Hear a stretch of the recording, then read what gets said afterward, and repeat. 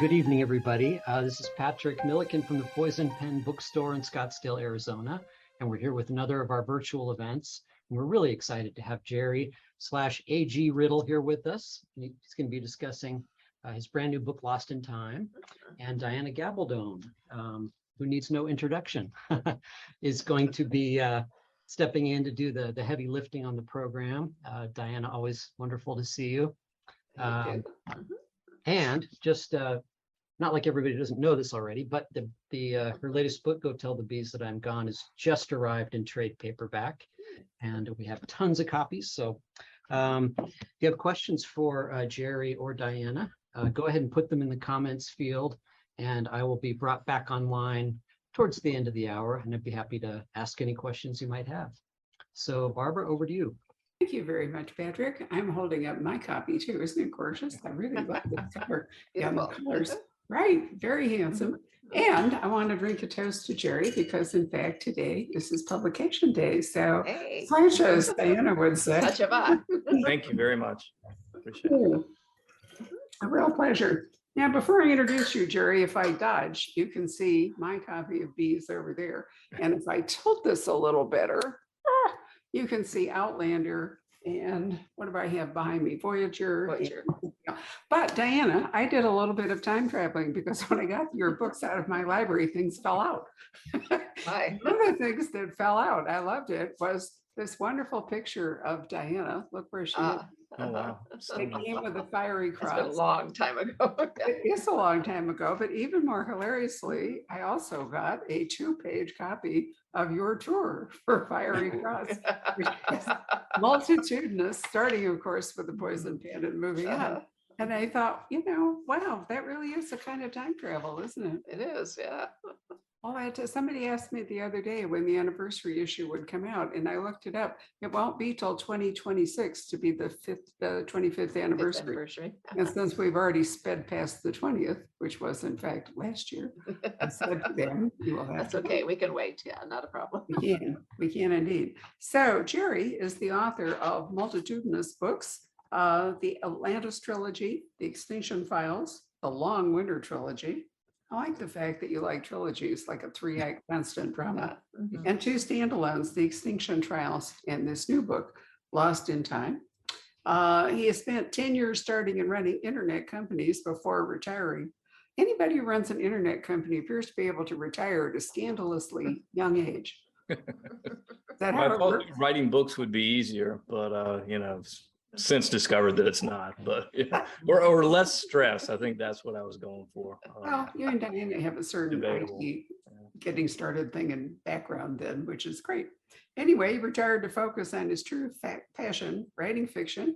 He is now an Amazon and Wall Street Journal best-selling author with nearly 5 million copies of his books sold worldwide in 20 languages. Wow. So we're here to talk about Lost in Time, which is our notable new fiction book of the month for September, because it's not really crime. I'm not sure what it really is, but I'm sure there's a crime in it. Yeah. I'm sure it's a murder mystery. It's many things. So I'm going to retire from the screen, and Diana and Jerry are going to talk, and then Patrick and I will reappear as if by magic, and we'll go further. So over to you guys. Okay. Thank you. Great. Well, hi, Jerry. Happy to meet you in person. Yeah, thank you for doing this. I really appreciate it. It's my pleasure entirely. Yeah, really enjoyed the book. It's a very grabby sort of book. So it leaps right out on the front page, touches you by the throat. You're thinking, oh boy, a time machine that propels criminals back into the past, to the time of the dinosaurs. And the first question that sprang to my mind was, what, Jurassic, Triassic? Where are we in dinosaurs? Or are you very specific about that? Yeah, I mean, Jurassic obviously has been done, and with the large dinosaurs, and I wanted to send, with a book like Lost in Time, you have a little sort of leeway, and because you're making up yeah, you do. the period they go back to. So I was able to choose, and Pangea is something, as a kid, like I was always fascinated by this idea that there was one continent on the planet at one point, and the Triassic Jurassic extinction event was something that was really seminal in the planet. I mean, Pangea sort of breaks apart, and you've got these earthquakes and volcanoes, and it gets pretty dicey, and this is sort of the first act for the dinosaurs. So you have these, fast, small dinosaurs, which are sufficiently scary, and you've got these other large reptiles. So I thought that, is the symbolism of this continent breaking apart, and one of the characters going back to that would work. And I told my agent, he said, "What is this book about?" And I was like, "Danny, this book has dinosaurs in it." He's like, "Well, now tell me more." So I mean, the dinosaurs are a bit of a gimmick, I admit. Well, yeah, it's a real good hook for sure. It is, Yeah. What was your favorite dinosaur when you were little? I think the T-Rex, but I sort of like the other, like the Triceratops and the ones that never got enough attention and action. I felt like these are like the also ran dinosaurs, like they need a little more. So a little more push, the Stegosaurus, big fan of the Stegosaurus. Yeah, me too. Yeah, Triceratops and Stegosaurus. Tyrannosaurus Rex is just a little bit too. Well, he gets so much press and he's so popular, and it's very teeth forward kind of thing. Yeah, right. Absolutely. Oh, it's very cool. Yeah, I mean, people always ask, how did you come up with this idea? And well, basically, your ideas come along and find you. Is how it works. Yeah. At least that's how it works for me. But did you have any sort of seminal moment with deciding that this particular little aspect of your story would be kind of the linchpin? Well, this is going to reveal what a geek I am, but where I started was with the technology, this idea that, what if you could create a machine that, could send criminals back in time? And I think that's something that is highly controversial. I mean, it's, I could see people lining up for and against, and then I thought, gosh, what would, how could this impact characters in a way that creates a huge amount of conflict? And so obviously, if you had someone who was innocent, who was banished to the past, and then what if they created it? And what if their daughter was charged with trying to get them back? And I kind of went from there. Well, yeah, that's one of the things I liked especially about the book was your involvement of the family dynamics, so to speak. And, of course, the father would do anything for his daughter, including being sent back to the time of the dinosaurs in order to save her from a similar fate. And now I did want to ask, is that where the Absalom name came from? Was it from the biblical Absalom? Yeah. Well, to some extent, I mean, it's sort of loosely based upon it, but I did that because I wanted to sort of show what the characters were like early in the book. I mean, I always love when I'm reading a book and I get a sense of the characters, and then they sort of surprise you and become a little more complex. But for Sam, it's not something he has to think about very hard. His daughter's life is at stake, and he says, "All right, going back to the time of the dinosaurs, so here I go." But, exactly. Yeah, no, I thought that was very it's such economical storytelling that you have at the beginning there. You sort of lay the basic hook out on the first page. Here we have the society, and we have someone who is your main hero in fact, who has invented this time machine that would send people all the way back to the way prehistoric, thus keeping criminals out of the way permanently, but without actually doing physical harm directly to the criminals. I do wonder how well they fared back there. But this is the first page, and people are going, wow. So then what? Well, the next thing is, who is this guy who's done this? And immediately the second page, we're right into the family dynamics. And the third page, he's accused of murder. His daughter is arrested, and raw. So this is a very fast-moving, very interesting book, and it just gets more and more complex as it goes on, but always in an extremely readable fashion, which I admire a lot. Yeah, but I thought that was just really well done. Well, thank you. Yeah, I mean, this is my 11th novel, and my early work, I think, is all of my books are really about ideas and technology and how they impact society. But one of the things I've tried to do is get better about characters and the complexity of these character interactions. And I think for me, that was part of the fun of the book. And I think what really drew me to the story is these are characters trying to figure out each other, and ultimately it's really about, I think the mystery is really about understanding each other and figuring out what motivates all these characters. And the murder mystery is sort of at the center of it, but you're really trying to unravel what these characters are about and what they're trying to do. Yeah, well, I remember a quote from Mark Twain, and someone asked him, how do you construct stories? He said, well, I get a good character and then I chase them up a tree and throw rocks at them. That's kind of kind of your technique. Yeah, you put them in a huge amount of trouble, and then they've got to battle their way out. And the novel's a little like that. Exactly. Yeah, no, it's fascinating. Now you have to ask anybody who writes time travel novels, what is the mechanism of time travel as far as you're concerned? Is it, I mean, the book, but for the audience, in my instance, I had to figure out how this person got to the past. And to begin with, that wasn't important to me. I just thought she was in the past.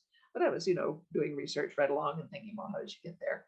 And looking at things in Scotland, and I was reading accounts of these standing stones. And every time I read an account, it would describe the stones, and then it would end up by saying, but no one really knows what the purpose of the stones were. And I began to think, well, maybe I know. And so that's where I came up with that. So how did you develop your own hypothesis of how time travel works, both logistically and operationally, you might say? Yeah, mine was a bit of a, I guess, expansion of what we know about,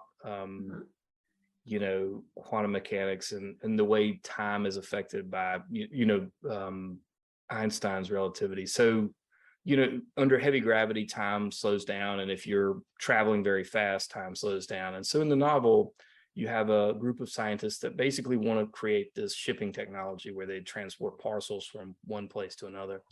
And what they discover is that their machine, it can actually transport their payloads to their desired location, but it doesn't end up in their universe, and it doesn't end up in their time. And they think, well, gosh, this is useless. I mean, what could we do with something that sends some item out of our universe and to the past? And they talk about using it for nuclear waste disposal, and so they finally land on this idea to send the world's worst criminals. These might be terrorists or serial killers or genocidal dictators. But for me, it was this idea that, gosh, if you were really trying to employ science, and a lot of times in the invention process in science, there's so many things that people invented and they never intended to. They were trying to create something else, and they end up with XYZ, and that's why sometimes the stuff they create is a lot better than what they intended. But that's something that sort of appealed to me, this sort of accidental scientific breakthrough. I thought was kind of interesting. Absolutely. No, that's extremely cool. Yeah, as you not only have to decide how does your time work logistically, how does it actually work, but also what is the effect on the person who time travels. You're sending this person back, presumably totally unequipped with anything in the way of dinosaur fighting material, and you're just sending them blindly into a place that you don't know anything about, let alone the person you're sending there. So how do they cope once they arrive? Yeah, and I think that's part of part of the theme of the book is, I think, families sort of getting back together. And I think, we've all been through COVID, and we sort of feel like we're rebuilding our lives and trying to figure out what the world's like. But for Sam, it's really about survival. I mean, he's in this, he's a scientist who lives out in, a city in Nevada, and now he has to learn all this survival stuff, which was cool. I mean, I was a Boy Scout as a kid, and I mean, I wouldn't last very long in the Triassic, but well, you never know. Yeah, I mean, I'm a big goner, but and I wouldn't go for my daughter who's turning 6 tomorrow, but luckily enough. Yeah, look, I mean, Happy birthday to her.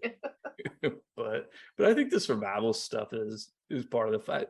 I think it gives a nice contrast to all the high tech. You've got all this techno babble, and then you've got a guy that's eating earthworms to survive, which really brings it down to earth, if you will. Exactly. Yeah. Well, now that's kind of one of the charms of a time travel story, is that your narrator or your point of view person is experiencing this totally unfamiliar territory, and thus has the perfect opportunity to tell the reader all about it.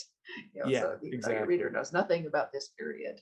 Sam can, by what he's experiencing, bring it home to them and explain exactly what's going on. Did you need to do a lot of research on the particular, prehistoric period you were using? I did. Yeah, I had to, researched obviously the dinosaurs, and but also That must have been fun. it was. I mean, it was a lot of dinosaurs that I wasn't familiar with, and then obviously the plant, the plant life and the fauna, and Yeah. but Uh-huh. yeah. Yeah, well, I'm tempted to ask you, what you think about, climate change, and are we going back to the Jurassic in terms of climate? Are we going to be seeing, giant dragonflies and things like that any day now? But we'll skip that for the time being. I have my own thoughts on climate change, which we will not bring into here. Let me see. All I right. get a lot of emails about climate. I wrote a book, Winter World, about a coming ice age, and I get a decent amount of mail about it. For sure. Yeah. Now, did you read time travel stories yourself a lot, or? I do. I mean, I'm a sucker for a good time travel story. I mean, I really just love them, and I mean, I love the character transformations, and I don't know. As you said, it's a fish out of water tale typically. I mean, you're taking someone from the environment they know and putting them in, and I love seeing the consequences. In Lost in Time, this is a sort of a time loop in which they can't change the past, but they can go to alternate universes. So I always love seeing the different takes on time travel, whether you can change things or you can, and how the future changes. It's always appealed to me because I think at the core of time travel fiction is this idea that decisions are really important and our actions have huge consequences. And I just like that message and the setup. I totally agree with you. Yeah, no, that is what it is. It's about, choices and so forth. But that is kind of the central question when you write a time travel story is, can the past actually be changed? Yeah. If it can, then what? That opens up a whole new can of worms and so forth. Yeah. Yeah. But I thought it was very clever of you to have the Absalom machine send people to a different alternate universe where they would not screw up the timeline of our universe, because then you didn't need to deal with that whole end of things. Yeah. Whereas that's kind of one of the linchpins of my stories is that they can, possibly change things, but how far? And if they do, then what? And so forth. And so that's a whole different level of my kind of story. And it raises the stakes. I mean, then you're dealing with these huge consequences if something's changed, right? Yeah. Yeah. Is it something personal, And now, in fact, Sam has changed his family's future by saving his daughter. Right. That's not a direct result of what he does in the past. It's just his choice to go to the past.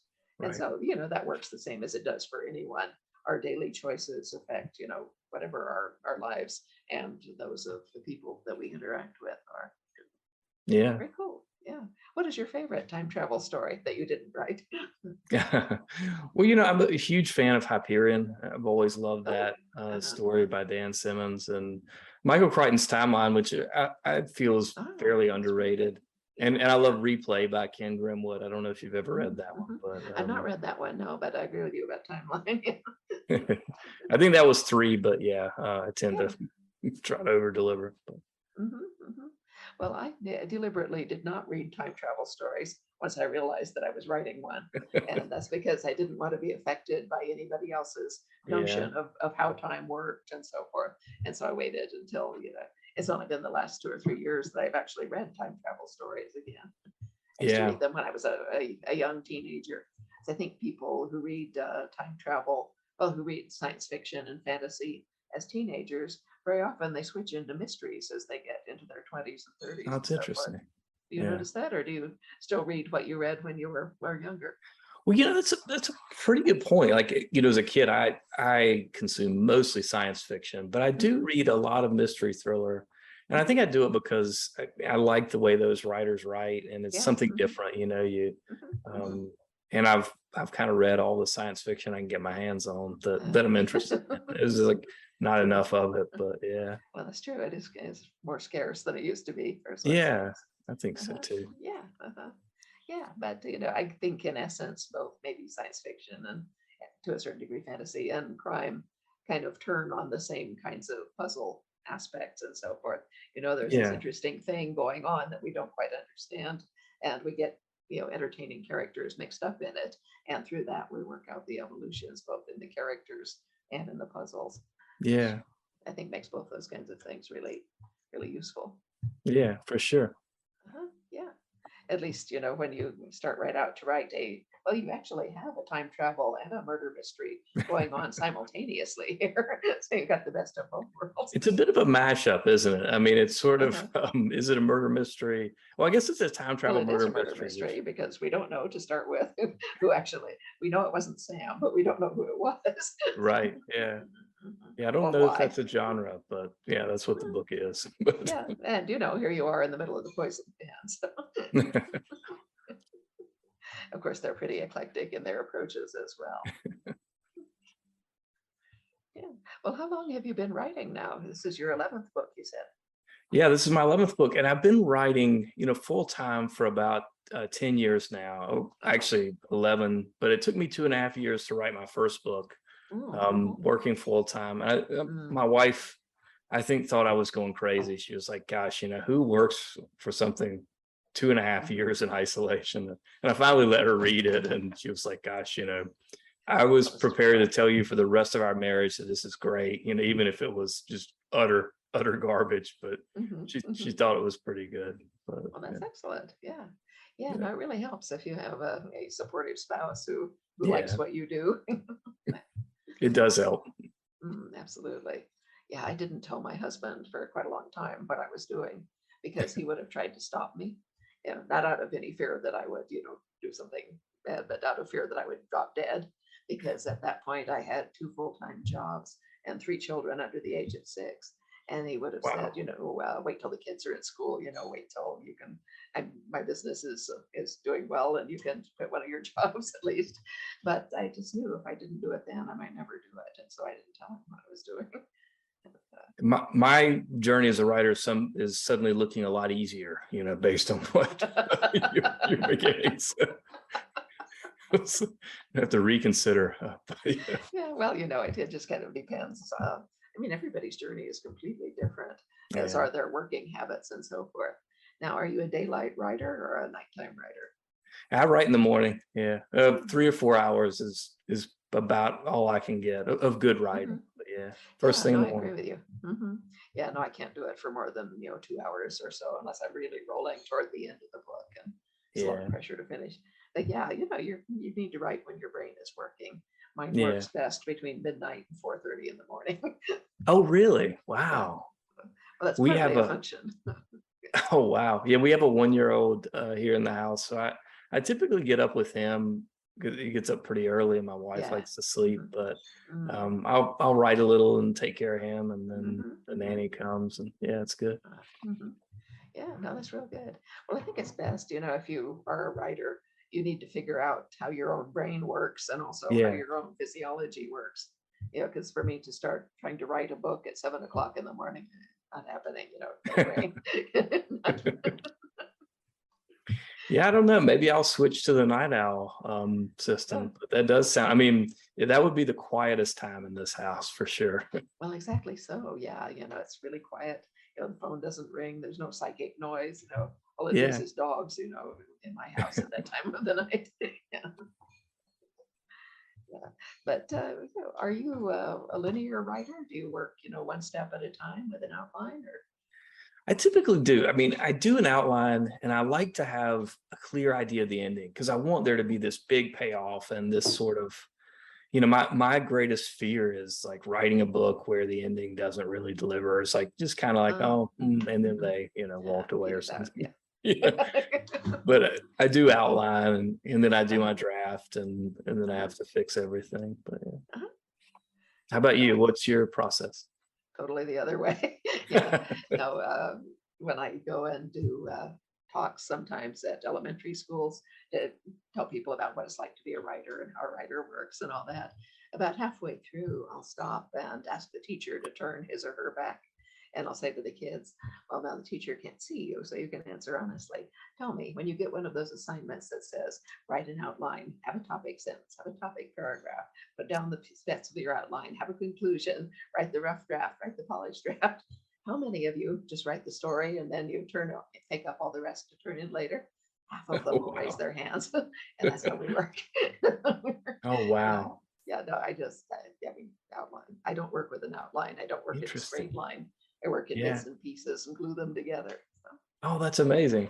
Yeah, I mean, I will say my outline, it's an iterative process. Like, I do an outline, but I always find that the characters that like my impression of them early changes a lot. Like Yeah. they surprise me and they develop it. So Mhm. the outline kind of has to adapt to that. And sometimes I'm like, man, I don't think these characters would do this. Like what's planned doesn't really work anymore. Yeah. But Well, that's I true. do, Yeah. it gives me a lot of confidence to start, but I will say that I don't adhere to the outline ever very well. Yeah.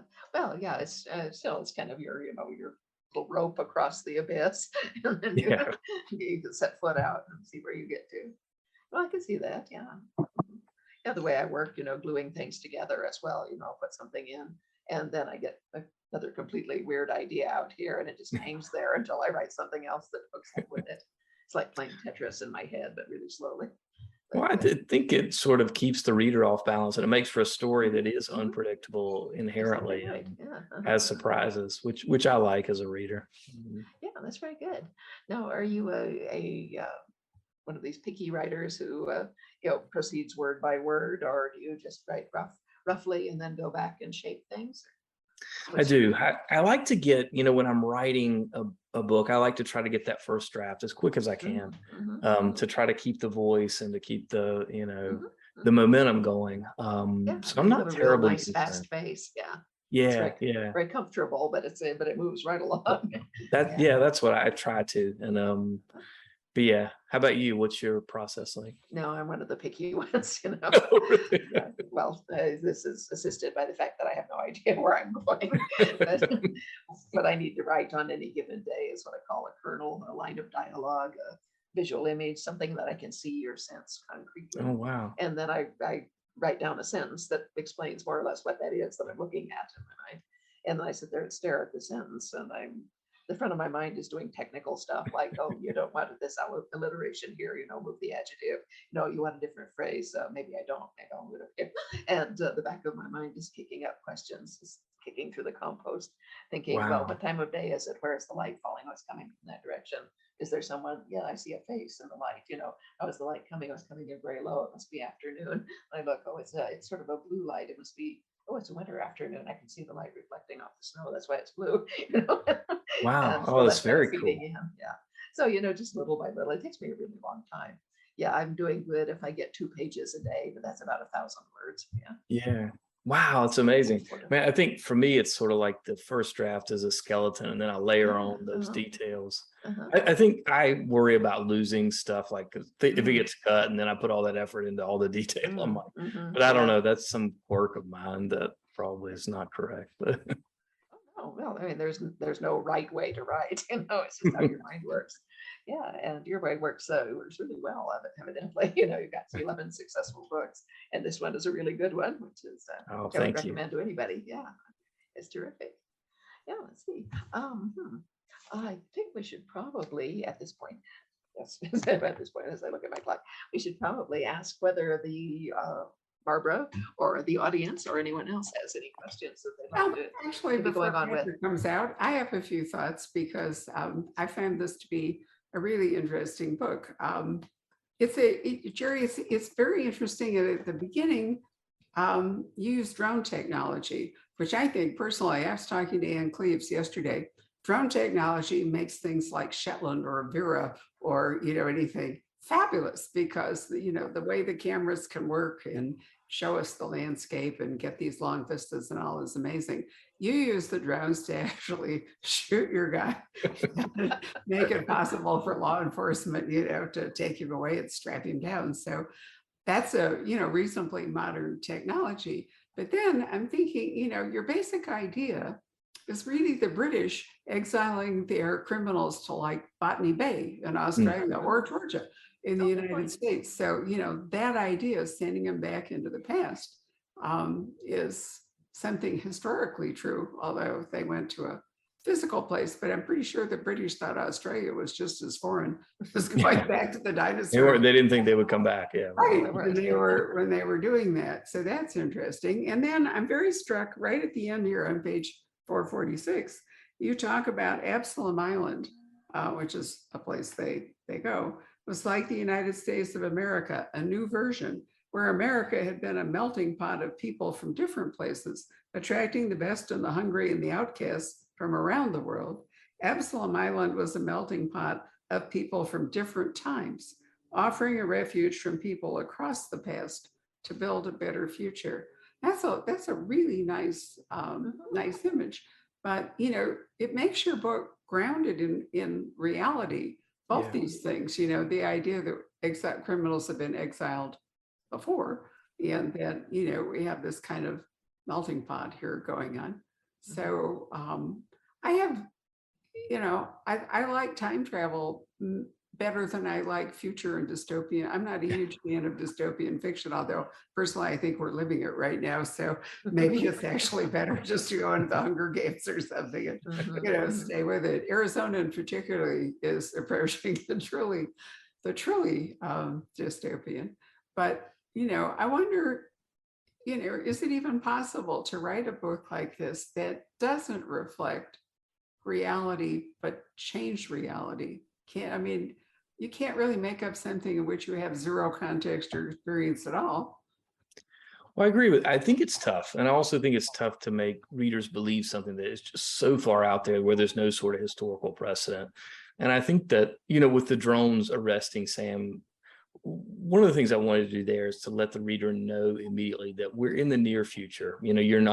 This is not present day. There's going to be some new technology, but it's going to be used in a way that's important to the plot. So, the bottom line is that, Sam is arrested and it's done in a way that, we're using technology in law enforcement and public safety in sort of a new way. And that's something that Absalom feeds into. And then the idea of Absalom Island, I thought was really interesting. And it's to me, ties together these sort of threads of the novel, which, all these scientists are really, they want something from Absalom. And it really is about, for them, their family and, repairing these things that happened in the past. And Absalom Island is sort of about that. It's used to repair these things in the past and sort of broader, beyond these characters. So I thought it was a nice way to end the novel and tie everything together. It really does. And it seems to me inescapable that if you're writing time travel, you have to have some moral code that you deploy. Otherwise, as you've already both discussed, can you change the present or the future if you've gone back in the past? And I was thinking, Diana, about Claire's knowledge of medicine and how much she can deploy of what she knows about 20th century medicine. In the 18th century, and what can she do? Fortunately, for an awful lot, there are pharmaceuticals and stuff in a natural state. It isn't like you have to go to CVS. You can sort of go to the woods or whatever it is. Know what to look for. Yeah, exactly. And she knows more about midwifery than a less well-trained. I've always been fascinated by the fact that nobody understood puerperal fever, which basically means if you wash your hands, it probably won't happen until the 20th century. I don't know how many of us remember that aspirin was only invented in like 1922 or something, 24, and penicillin, an accidental discovery in the 1930s by Alexander Fleming. It's very recent that we have had, we've seen the whole COVID thing, in the vaccines, but up until really the 20th century, there were not huge advances, at least in pharmaceuticals and surgical techniques. Right. Or even blood typing is fairly recent. I've always thought that Henry VIII and Catherine Aragon must have had just a flaming RX factor problem, right? Otherwise, she could have had one. Isn't that classic, Diana? She had one healthy child and then everything else was a miscarriage. That's right. Yeah, and probably happened to Queen Anne as well. So much of the history of the British royal family is a history of medical malfunction where nobody knew how to fix it. Right. So I forgot to mention, bad me in the introduction, that this book is already a bestseller in the UK, in point of fact, number 5 on the Sunday Times bestseller list. My bad, but congratulations. That's very exciting. Yeah. And the reason this book is published, today is Thursday, is because that is the publication day in England, as opposed to in the United States, the general publication day is Tuesday, and it all Close really enough, yeah. bestseller. Well, there's a lot of stupid reasons why Tuesday is publication day in the United States, but we won't go into that. So Patrick, why don't you pop up from the blue and or from the black actually, and see if there are any questions that you might like to relay. Yeah, there are a bunch. Good. Linda says, I wonder what Claire Fraser would do if she went through the stones and ended up in the Jurassic era. Well, she wouldn't have anybody to talk to for one thing, so she'd be at something of a loss. Let's see. Linda also asked, she says, let's see, question, at any point, especially early on in the story writing, did you, Jerry, worry that having dinosaurs and people was going to just be too problematic or create more problems than it solves? It's a good question. I mean, I did worry a bit about the believability of Sam, surviving the dinosaurs. And I think that's one reason to send him to the Triassic, because the dinosaurs weren't as big or as scary, right? Like, he could sort of handle what was back there. But yeah, it's a fair consideration. Well, I mean, consider mammals evolved around that time. They survived. Yeah. And what is a human if not a mammal? Exactly. A very ill-suited to survive mammal, in the wild anyway. I've often wondered, I mean, I'm not very scientific, but if the asteroid that apparently struck in wherever it was, the Yucatan, yeah. South America or wherever it was, if the dinosaurs were just too big, but the mammals, who were pretty small at that point, were able to actually, because the skies darkened and there was no sun and terrible things happened now, but the mammals at that stage were really little and probably were in great shape to hide out in the dark and survive until things kind of cleared up. If we have a giant volcano explosion again, which could happen. I was watching a detective series set in Naples and Vesuvius is in the background, and I'm looking at the traffic and I'm thinking, if it goes, Pompeii will be just like nothing in comparison to what's going to happen in contemporary Italy if this thing goes off. Or remember the Iceland volcano, where we couldn't fly anywhere and all of it. So some version, in fact, of the asteroid could happen again. And those species that are best adapted to the conditions that would then prevail will do better, and are we? Because maybe we've gotten to be too big and too this and that. Who knows? I think we'd be in bad shape. The world is so small, compared to everything else. It's hard for us to imagine a world without us, but the world really was without us for almost the entire time. We're fairly recent on the scene, frankly. Very, yeah. I often wonder too if people are comparing you to Michael Crichton just because of Jurassic Park. I mean, could be. Yeah, possibly. Yeah, but you have the same essential genre, and it is, a very accessible, very readable, very thrilling kind of book. I don't think that's a bad comparison at all.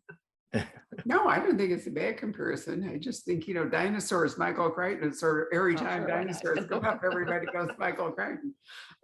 Oh, well, Patrick, sorry, carry on. Well, that's okay. No, I'm just kind of scrolling through there. Let's see, Dawn on Facebook is asking, I think this probably applies to both of you. She says, he says, I gotta ask the most obvious question. What was your favorite book to write and which one was the hardest to write? I'll let Diana go first. I don't know. I think probably Voyager was my favorite of the big books to write, just because of its content and its structure, in that we had 3 stories basically going on at once, and I could braid them back and forth, and all 3 of them had slightly different goals, but they interlocked so nicely. The structure of that book was just really good, and I enjoyed it all the way through. I liked all the books that I've written, but the most difficult one probably was Fiery Cross, just because it kind of required 150 pages in which not that much happens, which is kind of a trespass on the reader's good nature, but dealt with it all right. Speaking of not much happening, let me give you an update on Fiery Cross, since we get this question every single day. It's not our fault. There aren't any copies. Eventually there will be, and we think it will be around November 1st. But for those of you who keep saying, why can't I have my books and all, the answer is we can't have them until they print them. But in theory, Unfortunately. yeah, I mean, sorry, but in theory, they will be back with us around the first. There's a terrible paper shortage going on, and publishers are having to make extremely difficult choices. And nearly every day, we think we have our calendar set up and it's absolutely perfect. We get an email saying, well, the publication date has changed because the books won't show up or something. Yeah. And I feel like it's just like sliding doors all the time. Yeah, that's And terrible. COVID illustrated to all of us just how fragile the supply chain had become, how overextended it had become. And there's nothing we can do about it. Anyway, Fiery Cross, I didn't realize that was the book that gave you the most trouble. Yeah, structurally speaking and so forth. But, I knew where I was going, and we went there and everything turned out all right in the end. It usually does. But that was the most difficult for me to, get into the groove of, I guess you would say. Jerry, how about you? I would say my first book was the toughest to write for sure. I mean, I was really learning about writing, and I think I was learning my own strengths and weaknesses or limitations, I would say, and it really revealed like the things that I wanted to try to develop as I went on in my career. I mean, I felt really confident about the science and history in that first book. And that was something I still think I'm pretty good at, but characters and dialogue and pacing are these things that I still try to get better at. And I would say the book that I'm the most proud of or enjoyed the most was Lost in Time. I do like writing standalones. There's something really freeing about it because, with a trilogy or a long series, you have to keep up with a lot and it can be work, but a novel like Lost in Time, it was a different challenge for me because you find out that this character Adeline, who you think is kind of a minor character in the beginning, you think Sam's the hero. It turns out she's really the hero of the novel, and she's a 19-year-old female, which is not really a perspective I've written before, but it was a challenge for me, and I liked it a lot. Well, kind of a related question, Diana. You started talking about Fiery Cross and so forth. I'm sure a lot of your readers are aware of the shape. I've heard you talk about this numerous times. The shape that develops for each particular novel. I find that so fascinating. Was it that way from the very beginning? Did the book take on a form in your mind? Yeah. Yeah, if you mean Fiery Cross, yes, certainly. I mean, they all do. Yeah, Fiery Cross is actually, it's a rose in bloom and a separate bud. There's the sub-story regarding Brianna and Roger, and they are the offshoot, which is about to break into flower. And the main story of the Frasers is this arching thing. The actual, logistical shape of the book is a rainbow, in that everything that happens in the entire book has its roots in that first day. That's the day that lasts 150 pages, but everything that happens in the book stems from the events of that day. And every single one of them has its own arc that follows through the book and lands at different places. So, just look at that way. It's a rainbow. I'm really slow sometimes, but I remember we were having lunch in Santa Fe at the compound, and it suddenly dawned on me that in your own way, your books are almost like constellations, where you look up there and you see the star point and the star point, and the star point, and you have to connect it. And then I realized that because you just write scenes, I mean, they're just like all over the place. It's the connective material that takes you so long, but when you're doing it, that's where the shape comes in. That's right. I mean, it's a very interesting way of writing. And the truth is, it's not transferable. For those of you who are wondering if you can write like Diana, probably not. Just, I don't know until you try. We've had a lot of conversations with writers about their process, and the inescapable conclusion is that it's a not transferable thing. Every writer has his or her own unique creative process, depending on what works for them. And no matter how an aspiring writer might wish to embrace it, it probably won't. It won't work. You have to find your own path to it. Have you found that to be true, Jerry? I have. I mean, I do think, you're more productive, and I think you can produce better work if you can find that custom fit process for you. And I agree with that. Roger, who's watching on YouTube, is interested in the audio, or he says he just received the audio book of Lost in Time. And I know, Diana, you have Davina Porter. Is that the right name? Davina Porter? Yes, that's right. That's right. Yeah, who's obviously done a brilliant job with your books. Jerry, how are you pleased with the audio version, or have you listened to it? Or I haven't listened to the audiobook, but the narrator, I believe, did the last audiobook. Yeah, the audio, it's not something I'm, intimately involved with. But yeah. yeah, I mean, it's the audiobook format has become so much more popular in the last, what, Barbara, maybe 10 years. It's really taken off. Amazing. Well, it's not just the audiobook, it's podcasts. Podcasts that Yeah. become, an absolute rage. And only in the last month, maybe the last week, did I become aware that two like podcast queens, podcast not being my thing, so I'm not, they hadn't previously come into my universe, have written debut novels. And it's the platform of them being podcasters that obviously have had publishers going, oh, look, there are like 10 million people that listen to this podcast. So they could write a book and we could actually sell it. And I mean, what can I say? This will be, for those of you watching, this will become a podcast tomorrow, the audio track of this Zoom event. And we're coming up on almost 200,000 downloads of podcasts that have been made. My husband's contribution to this whole process, because he enjoys doing it, have been made of our Zooms over the last 3 years, I think it is. And I think that shows right there, how many people are going to listen to this rather than watch it, or are going to watch it and then listen to it, or however it goes. But it's very freeing. And so is an audiobook. You can listen to it in the car, you can be gardening, you can be knitting, you can be, nursing, whatever it is you happen to be doing. And so the audio, I unfortunately am a person who can't take in anything audio. I don't absorb material if I listen to it. It's just not how my mind works. But maybe you all do. I do listen to some audiobooks. I still like to read. Still, that's for fiction anyway. Yeah, no, reading is best, but I listen to audiobooks while I'm walking the dogs and so forth. Through the mall. Right. Diana comes down to the store because she does workouts over at the mall. I just love that. I won't tell you which mall. It's too hot to walk outside. Well, it is, but I'm impressed with your daily discipline. You're really very good. Oh. We have a number of questions that kind of deal with the subject of time travel. And people are very curious about, the enduring interest in reading about time travel. Let's see. Someone says, Gabaldon boggles my mind. Her research must be very complex, or she is a time traveler herself. Indeed. Yeah. Is it possible to articulate sort of, our endless fascination with time travel? Is it going back in time? Is time a linear process, or do all events happen at once? There are all sorts of different ideas about that.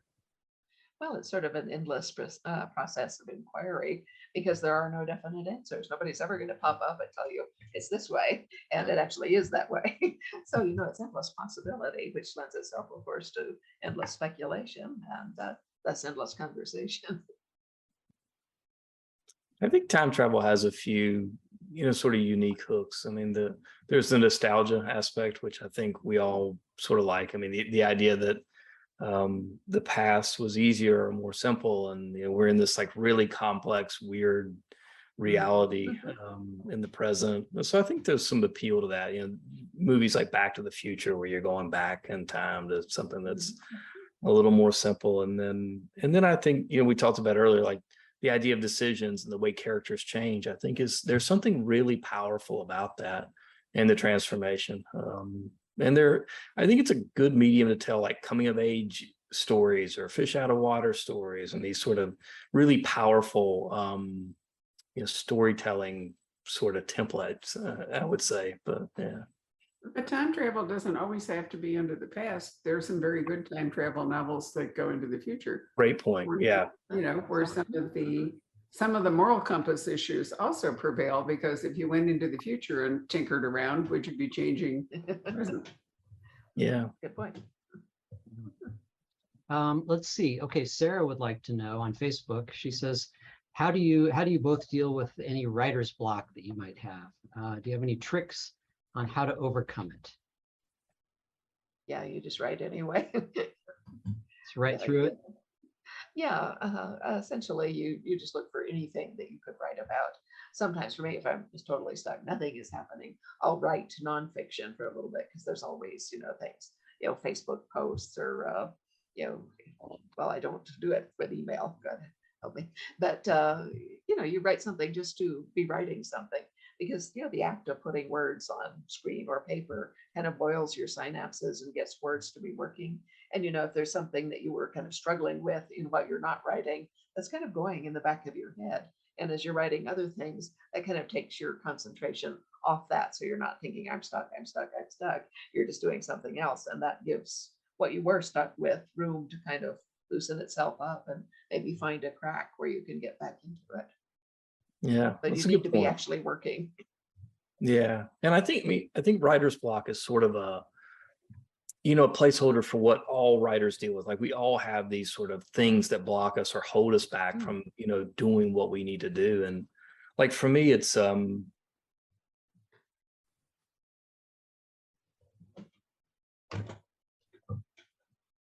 momentum, right? Like, so if I'm writing and then I don't write for 2 or 3 days because, I'm dealing with the kids or something like that, getting that momentum back and sort of getting focused again, becomes one of the struggles. But sort of figuring out, what is stopping me, what is keeping me from achieving what I'm trying to, and then figuring out ways around it. And that's sort of the job. But it is tough, whether it's writer's block or some other issue. But Inertia is, the biggest block.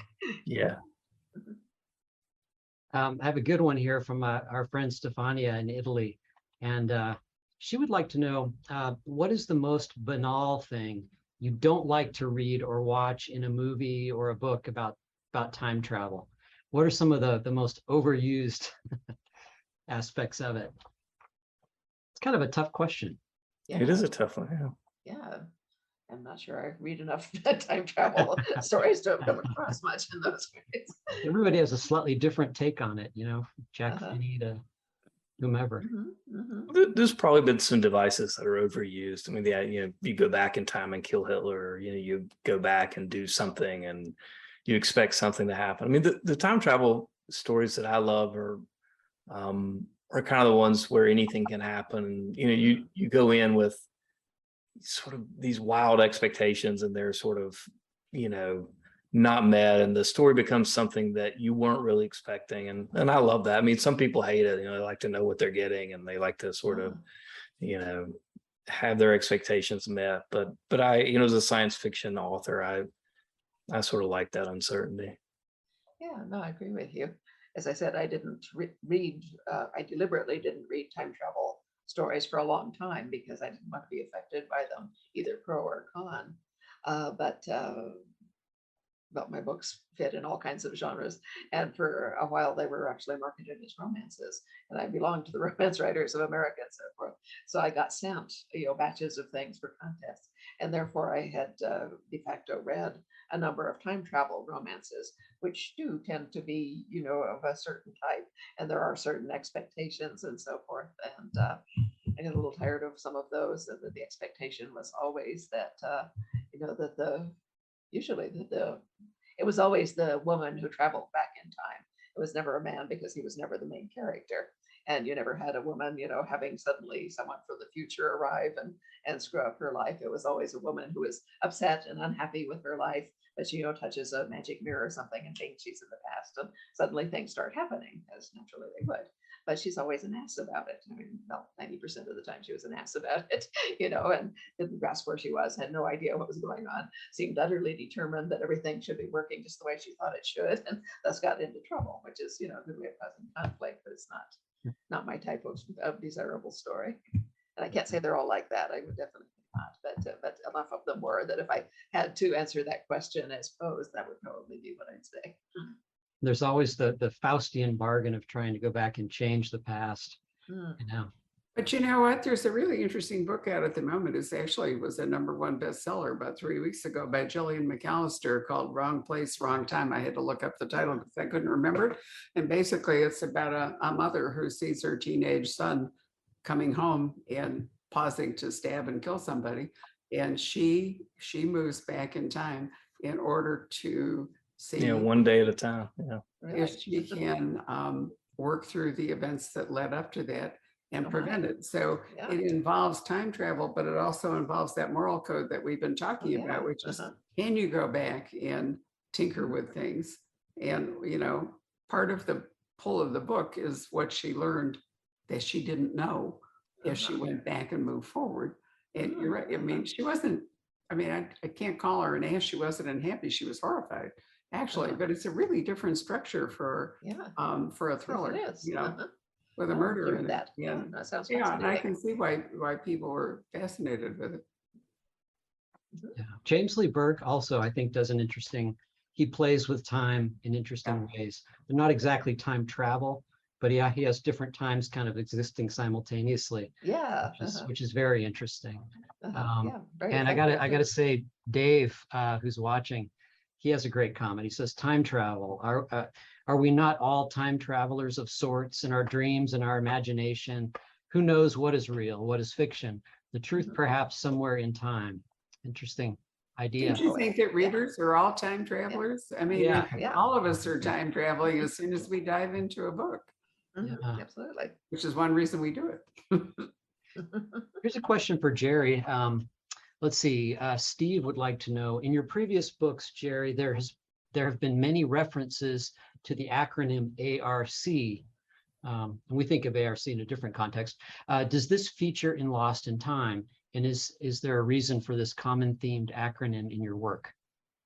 It's a good question. It doesn't appear in Lost in Time, but there are, these recurring themes. One of the books, The Birthright, which is sort of this philosophical book that doesn't exist, but exists in my work, is in the next novel. But yeah, ARC is something that, I don't know, there must be something subconscious, or maybe I was like a kid and like something dramatic happened to me and it was written somewhere. I don't know. I should probably talk to someone about that, but I'm not aware of the actual reason. What does the acronym stand for? So in the Atlanta chain, it stood for the Autism Research Center, and then it was the Atlanta something. I wrote that book 10 years ago, so I don't remember exactly. And it has, appeared in some of the other books, but it has different meanings in the different stories. Dan asks, how long did it take you to write this novel? Have you already started the next? And did you consider making this the start of a trilogy, or did you want to break from those? I did want to break from it. So I actually wrote Lost in Time after the next book that's coming out, Quantum Radio. And it took me about, I think the first draft took 3 or 4 months. I had done a little research before the book, but it wasn't as research heavy as some of my other novels. I had to do some research about the Triassic and some location stuff, and then the next novel will come out, I think in March, and it will be the start of a series. For Lost in Time, I was really happy with the way the book ended, so wasn't much interest. I didn't think a trilogy would be stronger than the standalone. It didn't read like a book that required a sequel. Did you think, Diana? No. No. I thought it was a standalone. Yeah, me too. I mean, it's perfect, just like Yeah. it is. You've got your characters to where they needed to go, and their story should be theirs from now on. Yeah, I didn't feel like I had a better idea for, a good reason to do another book, but yeah. Jerry, Don is interested, and several other people are commenting upon how nice your office or your background library is. And is that your is that your writing space? Yeah, this is the library in the house. So I write here, and then I got a private office through that bookcase where it's a lot messier. So, but yeah, typically, and then my son, who's 1 year old, like runs around in here in the morning, which is nice. But how important is it having a special place to do your work? Can you I write think it's really anywhere? important. Yeah, I don't think it has to be anything elaborate, but I do think it needs to be somewhere, you can go and have your stuff and make it quiet. I know Diana probably has some thoughts on that, but I think if you're going to be a writer, and I do think routines and a place to do it are important. Yeah, no, I can write just about anywhere. Strangest place I have written fiction is on the floor of the Scottish Parliament in the first 2 days after devolution, but that's a story for another time. But by and large, what I need is a computer, and I can, given enough time, I can sink back into the screen, and it doesn't matter where I am. But for preference, I need a flat surface with a comfortable ergonomic chair and a place where I can put down a glass of Diet Coke, and that'll do me. Let's see. Well, maybe as a good final question, there's an interesting one that's just come in, which is, would you like to write a story in a completely different genre from yours? If so, what? Diana, what would you write? I might. I actually was intending to write mysteries to begin with, and then I said to myself, "Well, mysteries have plots. I'm not sure if I can do that or not." And so I said, "What would be easier?" And You so even had a title, you wretched woman, and then it's never appeared. No, it hasn't for very good reasons. But yeah, anyway, I did write, a certain amount of it. But it was a book that dealt with border issues and also with the moral and ethical aspects of journalism. And both those topics just exploded in multiple directions during the time when I would have been writing it. So by the time I had, actually got to a point where I could have devoted my attention to that, it was things were changing so fast that I could not have written a book that would stand. And the thing about historical fiction is that it does stand. The history, aside from the time travel and so forth, is not changing, and it's not changing so fast that the intended audience would no longer identify with it or be able to understand it. Whereas anything that I wrote about border issues or journalism today would be moot by 6 months from now. And I didn't want to do that, so I just drew back from it. That's the common conundrum of thriller writers is, can they get their book in print before it's gone out? Before it all happens. Yeah, exactly right. I mean, it's really pretty scary for some of them. Yeah, exactly. Yeah, if you're writing about an issue. Well, I've thought about writing, some young adult stories, now that I have kids, and I start thinking about, the kind of stories I want them to read, and about stories that are about, choices much like time travel, but also, characters that have this moral code, and something that I think would be important for young people to read. I don't know if I'll do it, but I have some ideas along those lines. And yeah. Sounds wonderful. Well, Jerry, if your book is coming out in March, which is a primo time to come to Phoenix as compared to August, maybe you'll, I know it's 109 today. I was like, oh wow. I know it's a good thing we're doing Zoom because there's a heat advisory out, and it's not fair to excuse me, ask people to come out. But it'd be lovely to see you. But meantime, Jerry has very kindly signed copies of Lost in Time, and we apparently can have an infinite supply. So, if you are fascinated with this discussion, it would be wonderful if you would order one and support him. Diana is in and out of the Poison Pen with frequency, and as Patrick pointed out, the paperback of Go Tell the Beast That I Am Gone is out. The hardcover still exists.